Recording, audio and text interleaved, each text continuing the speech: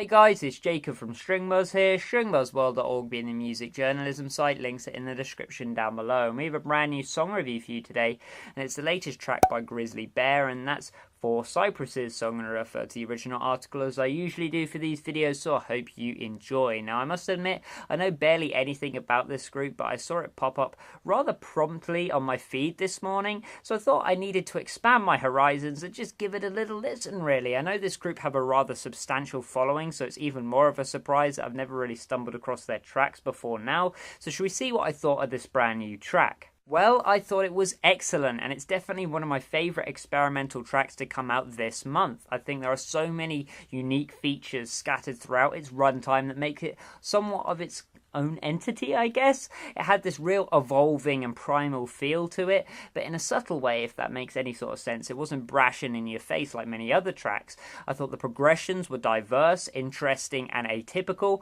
I thought the drumming was stellar throughout, and the drummer clearly is fairly capable, and I want to listen to more by him in particular. And like the sort of unsettling atmosphere this track really created, I would have liked to have heard perhaps a more complete climax though, as the song felt as if it was building towards something, but I have a feeling it will make much more sense when it comes to being put on an album playlist, so I'll look forward to that. And I think fans will love it, and I think casual listeners like myself will be really satisfied with this track too. Production wise, everything has been left quite minimal, and it does possess this very ambient feel actually. The bass is organic and never really overpowers the mix, which is a great thing, contributing to what is a subtle and unnerving sound by filling the low ground really nicely.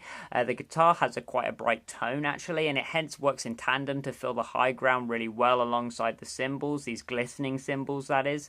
I do think the kick could have done with being a little bit deeper, I guess, and a little more impactful as well, just to give the track some more urgency, especially towards the end of the track, or just give it a little more dominance as well in parts that began to sound a touch self-indulgent. And don't get me wrong, I liked how roomy the whole kit is. I personally prefer a roomy kit like this, it's one of my favourites, but I think the kick just could have been sort of tweaked just a touch and it would have been an even better.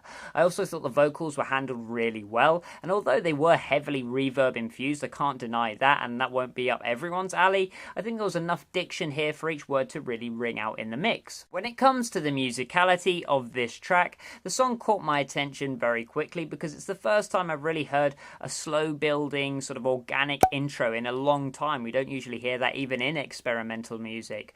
I like the time signatures that bumped in and out of the metronome on the drums. As I've said, I really enjoyed the chord progressions in this track. That was probably my favourite part of this track, and they're quite similar to what you'd hear from the likes of Snarky Puppy, and I think that is huge praise indeed, since they are the pinnacle of experimental groups.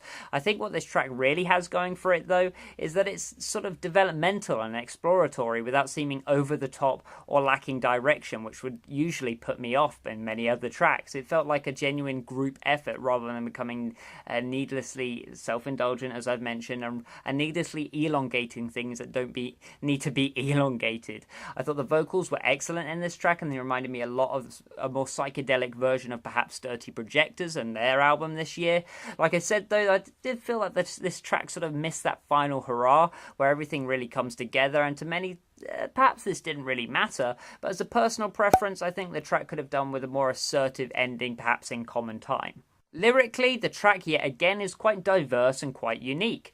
Yet again, I have to reiterate that it didn't sound too pretentious or dragged out, and instead it was straight to the point, whilst also packing in some very interesting and thought-provoking lines, which is very difficult to do. So all in all, it's a great track that I think fans will really get behind, and I pulled myself in, certainly, and it's got me listening to more tracks by the group, which is always a big plus and the most important thing when you're going into a new listen by a new band. So I gave it a G rating of 8 out of 10, which is well above average. So if you like this video, then please leave a like, comment what you think in the comment section down below, subscribe to see more, and I'll see you around next time. Bye bye.